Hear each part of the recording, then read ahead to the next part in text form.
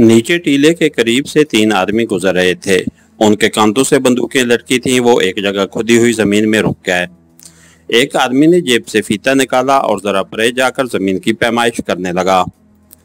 उनकी बातों की आवाजें हम तक पहुंच रही थीं। वो गुजराती जबान में बात कर रहे थे जिसको मैं अभी पूरी तरह नहीं समझ सकता था। बुढ़े मछेरे ने कपकपाती आवाज में कहा, ये पटेल के गुंडे हैं, उन्होंने ही हमारी झोंपड़ियों को आग लगाई थी, मेरे बच्चों पर गोलियां चलाई थीं। बुढ़े की आवाज पर आई। मुझे तेज फुनकार सुनाई दी। मैं उसे शाम की फुनकार समझा, मगर यह सुधा रंगनी की फुनकार थी, होशीली, इंतकाम अंगेज और वैशी फुनकार। सुधा ने राइफल पर हाथ रखा तो मैंने उसका बाजू पकड़ लिया और तामिल जबान में कहा, पीछे उनके और साथी भी होंगे, गोली की आवाज सुनकर वो भी आ जाएंगे। सुधा रंगनी ने मेरा हाथ झटक कर होशीली सरगोशी में कहा, मेरे माता पिता का खून किया है उन्होंने, तेरे माता पिता का नहीं। मेरे सगे मारे हैं उन्होंने, तुम चुप के बैठे रहो। मैंने सुधा को गलत मशवरा नहीं दिया था। इस जंगल में राइफल का धमाका दूर दूर तक सुना जा सकता था। जाहिर है गुंडों की तरफ से हम पर भी फायरिंग होगी। हम एक वक्त में ज्यादा से ज्यादा 2 गुंडों को मार सकते थे, वो भी अगर सुधा का निशाना लगा। फायरिंग की आवाज सुनकर पटेल के डेरे से दूसरे गुंडों का पहुंचना यकीनी था और खुदा जाने उनके पास कितना असला हो, मगर सुधा रंगनी पर इंतकाम का भूत सवार था। वो नागन की तरह फुंकार रही थी। बुढ़े मछेरे ने भी सुधा को गोली चलाने से रोका, मगर सुधा रंगनी फायर दाग चुकी थी। 303 की राइफल के धमाके से सारा जंगल गूंज उठा। दरख्तों पर से परिंदे फड़फड़ाते शोर मचाते उड़ गया। सुधा रंगनी का निशाना चौंक गया था। तीनों गुंडे घबराकर एक तरफ दौड़े। उसके साथ ही 303 का एक और धमाका हुआ और एक गुंडा दौड़ते दौड़ते उछला और कलाबाजी खाकर मुंह के बल गिर पड़ा। ये मेरी राइफल का धमाका था। दोनों गुंडे खुदी हुई मट्टी कोई ढेरों के पीछे लेट गए। वहां कोई दरख्त नहीं था। जंगल कुछ फासले पर शुरू होता था। गुंडों ने भी टीले की तरफ गोलियां चलानी शुरू कर दी। मैंने सुधा को नीचे खींच लिया और बुड्ढे को भी जमीन पर लेट जाने को कहा। फिर अपनी राइफल से नीचे एक ढेर का निशाना बांधकर फायर किया तो चीख की आवाज बुलंद हुई और एक और गुंडा वासले जहन्नम हो गया। उसके साथ ही तीसरा गुंडा उठकर जंगल की तरफ भागा। यह मेरे लिए बड़ा आसान निशाना था।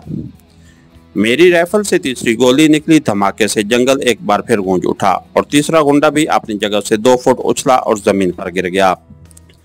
303 की गोलियों ने उसके परखचे उड़ा दिए थे। सुधा रंगनी मेरी तरफ देखकर मुस्कुराते हुए बोली, रघु, मेरे रघु, तुमने मेरे माता पिता की आत्मा को शांत कर दिया, मुझे शांत कर दिया। बुढ़ा घबराकर झोंपड़ी की तरफ दौड़ा और बोला, अब यहाँ से निकल चलो, पटेल के गुंडे आते ही होंगे, वो हमें जिंदा नहीं छोड़ेंगे।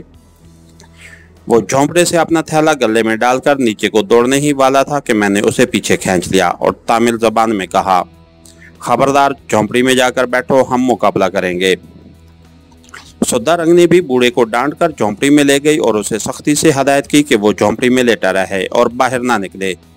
मैंने सुधा को तेजी से राइफल को रीलोड करना बताया और कहा, पकवान के लिए निशाने की सीध में नाली रखो, हमारे पास गोलियां कम हैं। टीले के ऊपर झोंपड़ी की दीवार के साथ कच्चे पत्थर पड़े थे। मैंने उन्हें उठाकर जंगल और दरिया के किनारे के रुख जल्दी जल्दी लगाया और एक छोटा सा नामुकम्मल मोर्चा बना दिया।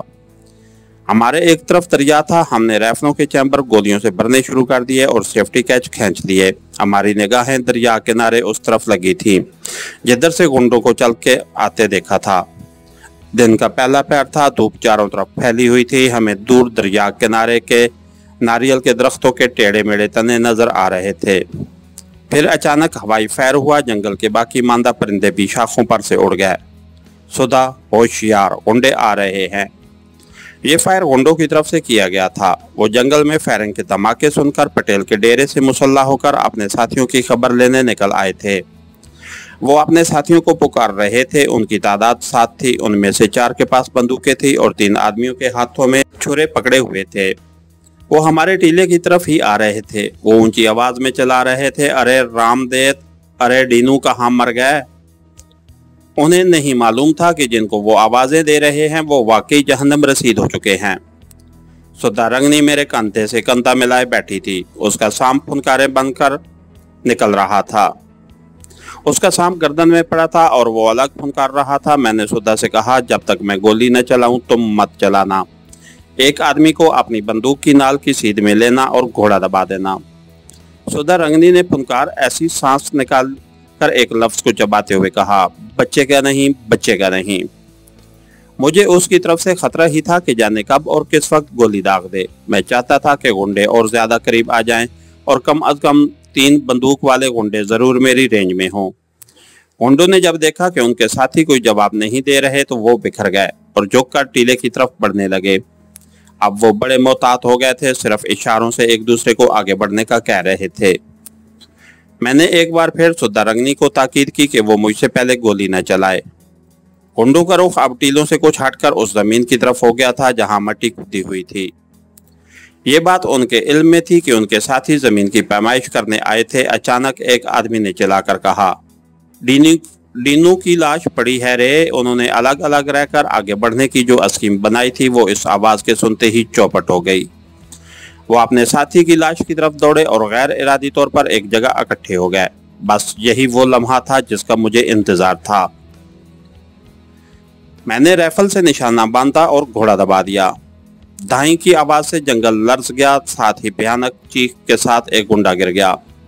मेरी गोली एक बदमाश के पहलू को चीरती हुई दूसरे पहलू से गुजर गई थी। दूसरा धमाका हुआ, यह सुधा रंगनी के फायर का धमाका था, मगर उसका फायर खाली गया। मैंने ऊपर तले 3 फायर झोंक दिए, मगर अब गुंडे इधर उधर बिखर गए थे। वो खौफजदा गिदड़ों की तरह भागकर इधर उधर छुप गए। एक जगह कटे हुए दरख्तों के तने पड़े थे। वो उनकी ओट में लेटकर हमारे टीले की तरफ फायर करने लगे।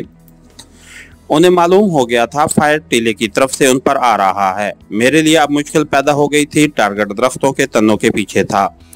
मैंने सुधा का हाथ रोक दिया, अभी फायर न करना, हमारे पास गोलियां कम हैं। सुधा रंगनी रुक गई। मैं गुंडों की कमर से लटकती कारतूसों की पेटियां देख चुका था। सुधा रंगनी के जज्बात बेकाबू हो रहे थे। मैंने बड़ी मुश्किल से उसे रोके रखा। दूसरी तरफ से 2-4 फायर हुए। कारतूसों के छर्रे हमारे ऊपर नारियल के दरख्तों की शाखों को चीरते तड़तड़ाते निकल गए। मैंने फायर रोक दिया था। कुछ सातों के बाद गुंडों की तरफ से भी गोलियां चलना बंद हो गईं। मेरा ख्याल था कि पटेल के डेरे की जानिब से गोलियों की आवाज सुनकर शायद मजीद बदमाशों की कुमक आ जाएगी, मगर ऐसा नहीं हुआ। महसूस हुआ कि पटेल के पास गुंडों की इतनी ही नफरी थी, या फिर अगर पीछे 2-4 गुंडे थे तो उन्हें पटेल ने अपनी हिफाजत के लिए रख लिया था। चारों तरफ गहरी खामोशी छा गई। ये खामोशी फायरिंग के धमाकों से ज्यादा आसाब शिकन थी। सुधा रंगनी से सब्र नहीं हो रहा था। वो बार बार राइफल को आगे करती। मैंने हाथ जोड़कर उसे इल्तिजा की कि वो गोली न चलाए। उसने राइफल एक तरफ रख दी और अपनी गर्दन से अपने सांप बेटे को उतारकर उसका मुंह अपने होंठों के पास ले गई और उसे कहा, नाग जा अपनी माँ के दुश्मनों को डस कर आ। मैंने जल्दी से कहा, सुधा उनके पास बंदूकें हैं, वो तेरे सांप को मार डालेंगे।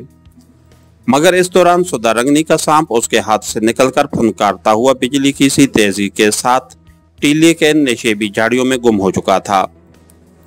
सुधा गर्दन उठाकर बोली, मेरा बेटा मेरी तरह जहरीला भी है और चालाक भी। वो अपना बचाव करना जानता है। शाम को झाड़ियों में दाखिल हुए थोड़ी ही देर हुई थी कि हमारे पीछे आहट सी महसूस हुई। मैंने पलट कर देखा तो बूढ़ा मछेरा झोंपड़ी से निकल आया था और चीख चीख कर बाजू हिलाते हुए बोल रहा था, गोली मारो, मेरे बच्चे मर गए, मुझे भी गोली मारो। वो धाड़े मार मार कर रोने लगा। सुधा चिल्लाती, देव दादा गठिया में जाओ। ताई की आवाज गूंजी और बूढ़े मछेरे का सीना खून से रंगीन हो गया।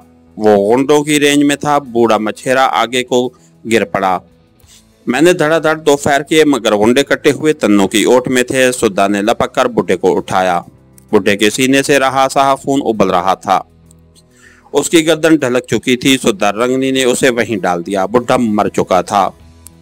वो गजबनाक होकर मेरे पास आई और आते ही उसने अंधाधुंध 2 गोलियां चला दी। मैंने राइफल सुधा के हाथ से छीन ली। बावली हो गई हो क्यों? गोलियां जाया करती हो। इस बुढ़े ने खुद अपनी मौत को आवाज दी है। सुधा बेदम सी होकर बैठ गई। मैं उसकी राइफल को चैम्बर को लोड करने लगा। उसने गजबनाक होकर कहा, रघु तुम भी मेरे दुश्मन हो, तुम मुझे खूनियों को मारने क्यों नहीं देते? मैंने कोई जवाब न दिया। उसकी भरी हुई राइफल अपने करीब रख ली और मोर्चे के पत्थरों में से दुश्मन के मोर्चे को देखने लगा। वो अभी तक वहीं दुबके बैठे थे। सुद्धा ने एक तरफ जोर से थूक दिया और बोली, कोई बात नहीं रघु, नहीं तो न सही, मेरा बेटा नाग मेरा बदला लेगा। मेरी निगाहें उन कटे हुए दरख्तों के गिरे पड़े तनों पर लगी थीं जिनके पीछे बाकी गुंडों ने मोर्चा बनाया हुआ था। इतने में उधर अचानक गैर मामूली सी हरकत हुई। एक आदमी उछलकर परे गिरा, साथ ही चीख बुलंद हुई, सांप सांप। ताई एक फैर हुआ। सुद्धा रंगनी चलाई, मेरा बेटा नहीं मर सकता, वो बचकर मेरे पास आ जाएगा, उसने एक दुश्मन को डस दिया है। और सुद्धा रंगनी दीवानों की तरह कहके लगाकर हंसने लगी। मैंने उसके मुंह पर हाथ रख दिया। खामोश, क्यों शोर मचा रही हो? सुद्धा का सांस फूला हुआ था। वो चुप होकर मुझे जलती हुई केसरी आंखों से तकने लगी। मैंने उसके शाने पर हाथ रखकर कहा, जो मैं कहता हूं उसे गौर से सुनो। मैं दुश्मनों के पीछे जा रहा हूं, तुम मेरे जाने के बाद थोड़े थोड़े वक्फे से 2 फायर करना, ताकि गुंडों को यही ख्याल रहे कि टीले का मोर्चा खाली नहीं है। सुद्धा रंगनी के चेहरे पर अचानक एक नरमी सी आ गई। उसने मेरा हाथ अपने खुरदरे हाथों में लेकर कहा, रघु तुम ना जाओ, मेरा बेटा उन्हें खत्म कर देगा। एक फुनकार के साथ उसका काला सांप नशेबी झाड़ियों से निकलकर उसके पास तेजी से रेंगता हुआ आ गया। सुद्धा रंगनी ने सांप को देखते हुए कहा, तुम मेरे पोत हो, धन हो, धन हो। मैंने राइफल सुद्धा के हाथ में देकर एक बार फिर समझाया कि मेरे जाने के 5 मिनट बाद वो एक फायर करे, उसके 5 मिनट बाद फिर दूसरा फायर चौंक दे। ये कहता मैं आहिस्ता आहिस्ता रेंगता हुआ टीले की दरिया वाली साइड की तरफ फिसल गया।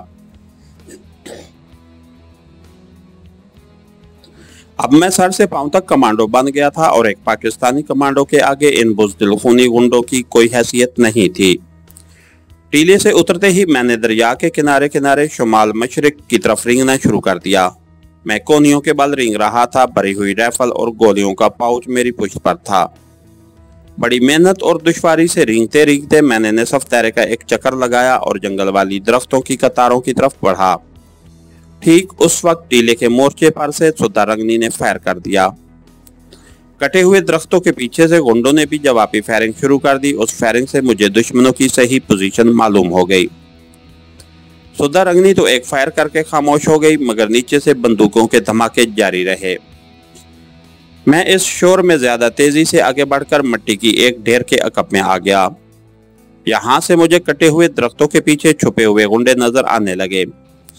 ये कुल 4 थे और चारों ने बंदूकें संभाल रखी थी। मैंने उन्हें निशाने पर ले रहा था कि सुद्धा ने दूसरा फायर भी कर दिया। गुंडे बड़ी मुस्तैदी से फायरिंग का जवाब दे रहे थे। बीच बीच में वो एक दूसरे को आवाज भी देते थे। उनके करीब ही उस आदमी की लाश पड़ी थी जिसे सुद्धा के सांप ने डसा था। अब इंतजार करने या दुश्मन को मजीद वक्त देने का मौका नहीं था।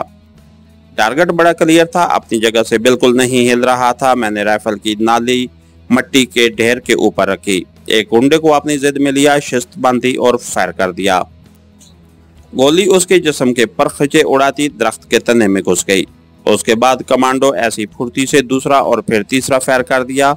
एक लम्हे के बाद दूसरा और फिर तीसरा गुंडा भी वहीं ढेर हो गया। चौथा बंदूक वहीं फेंक कर भागा। ये उसकी बदनसीबी थी कि वो उठकर भागने लगा था। अगर वो छलांग लगाकर दरख्तों के तनों की दूसरी जानिब हो जाता तो मैं उसे हलाक नहीं कर सकता था। लेकिन जब वक्त आन पहुंचता है तो जालिम की अक्ल मारी जाती है। ये उस कातिल गिरोह का आदमी था जिसने मासूम और बेगुनाह गरीब मछेरों के बच्चों को भी अपनी गोलियों का निशाना बनाए बगैर न छोड़ा था। मुश्किल से 2-4 कदम दौड़ा होगा कि मेरी राइफल से निकली हुई चौथी गोली उसकी पीठ में घुसकर उसके पेट को पुर्जे पुर्जे करती हुई आगे से निकल गई। वो चीख की आवाज के साथ मुंह के बल गिरा और फिर न उठा। मैं कुछ देर वहीं लेटा रहा। जब चारों तरफ सन्नाटा छा गया तो दौड़कर लाशों के पास गया। उनकी चारों बंदूकें और कारतूसों की पेटियां उठाई और दौड़ता हुआ टीले के अकब में आ गया। सुद्धा रंगनी मुझे देखते ही मेरी तरफ दौड़ी। उसकी गर्दन से लपटा हुआ सांप भी शायद खुशी से फनकार रहा था। मैं बड़ी मुश्किल से सुद्धा को लेकर नारियल के दरख्तों वाले मोर्चे की पीछे जाकर छुप गया। मैंने बंदूकें और कारतूसों की पेटियां वहीं एक तरफ रख दी और सुद्धा से कहा, मेरा ख्याल है गुंडों के साथी बाकी नहीं रहे, नहीं तो वो जरूर आते। सुद्धा रंगनी माले गनीमत की बंदूकों को इकट्ठा उठाकर देखने लगी। मैंने सुद्धा से कहा, इस लाश को झोंपड़ी में ले जाकर डाल दो। सुधारंगनी ने दरिया के शुमाली साहिल के नारियलों की तरफ देखकर कहा, इन गुंडों का सरगना वो पटेल अभी जिंदा होगा। दादा ने कहा था कि वो अपने डेरे पर होता है, चलो रघु पहले जाकर उसका काम तमाम करें। मुझे खुद पटेल और उसके मुहाफिज गुंडों की तरफ से तशवीश लगी थी। इतनी फायरिंग हुई थी और पटेल की तरफ से कोई अपने साथियों की खबर लेने नहीं आया था। या तो वहां कोई शख्स मौजूद नहीं था या वहां बचे हुए गुंडे मोर्चे बनाकर अपनी और अपने सरगना पटेल की हिफाजत कर रहे थे। ये भी हो सकता था कि वो फरार हो गए हों। अगर वो फरार हो गए तो हो सकता है वो पुलिस की नफरी लेकर वहां पहुंच जाएं। मैंने सुधा से पूछा, यहाँ से दरिया के किनारे किनारे चलते जाएं तो अगला बड़ा शहर या कस्बा कितनी दूर होगा? सुधा ने बताया कि एक बड़ा कस्बा वहां दरिया किनारे एक दिन की मुसाफिर पर था। पुलिस का आना हमारी मौत थी और अभी यहाँ ऐसी कोई किश्ती भी हमने नहीं देखी थी जो दुरुस्त हालत में हो और जिस पर हम बैठकर पहले दरिया और फिर समुद्र में सफर कर सकें। मुझे ये भी याद आया कि मरने वाले बुढ़े मछेरे ने कहा था कि पटेल वहां खुद अपने गुंडों को साथ लेकर उनकी झोंपड़ियों को आग लगाने आया था। उससे साबित होता था कि पटेल अपने डेरे पर मौजूद होगा। अब मुझे ये फिक्र लगी कि कहीं वो फरार ना हो जाए। मैं उसके फरार से पहले वहां पहुंचकर उसे भी कैफरे किरदार तक पहुंचाना चाहता था। मैंने राइफल का चैम्बर भरा, दूसरी भरी हुई राइफल सुधा को दी और उठते हुए, मेरे साथ आओ सुधा, हम पटेल के डेरे पर चलेंगे। मैं दौड़ता हुआ टीले से उतरने लगा। सुधारंगनी भी मेरे पीछे पीछे चल पड़ी। हम वार जमीन पर, अगर हम झोंपड़ियों के बिखरे हुए सामान में से गुजरते, दरिया से हटकर जंगल की सिमत भागने लगे। हमने तेजी से भागकर ये खुला मैदान अबूर किया और घने दरख्तों के नीचे आ गए। यहाँ हमने सांस दुरुस्त किया। मैंने गोलियों का पाउच खोलकर देखा, उसमें अभी 15-20 गोलियां मौजूद थीं। सुधारंगनी का सांप अब उसकी कलाई से लिपटा हुआ था और कम वक्त खुशी से झूम रहा था। इसके साथ ही हमारी आज के एपिसोड का इख्तिताम हुआ। कहानीकार चैनल को लाइक कीजिए, सब्सक्राइब कीजिए और बेल आइकन को प्रेस कर दीजिए ताकि हर आने वाली नई वीडियो आप तक बर वक्त पहुंच सके। शुक्रिया।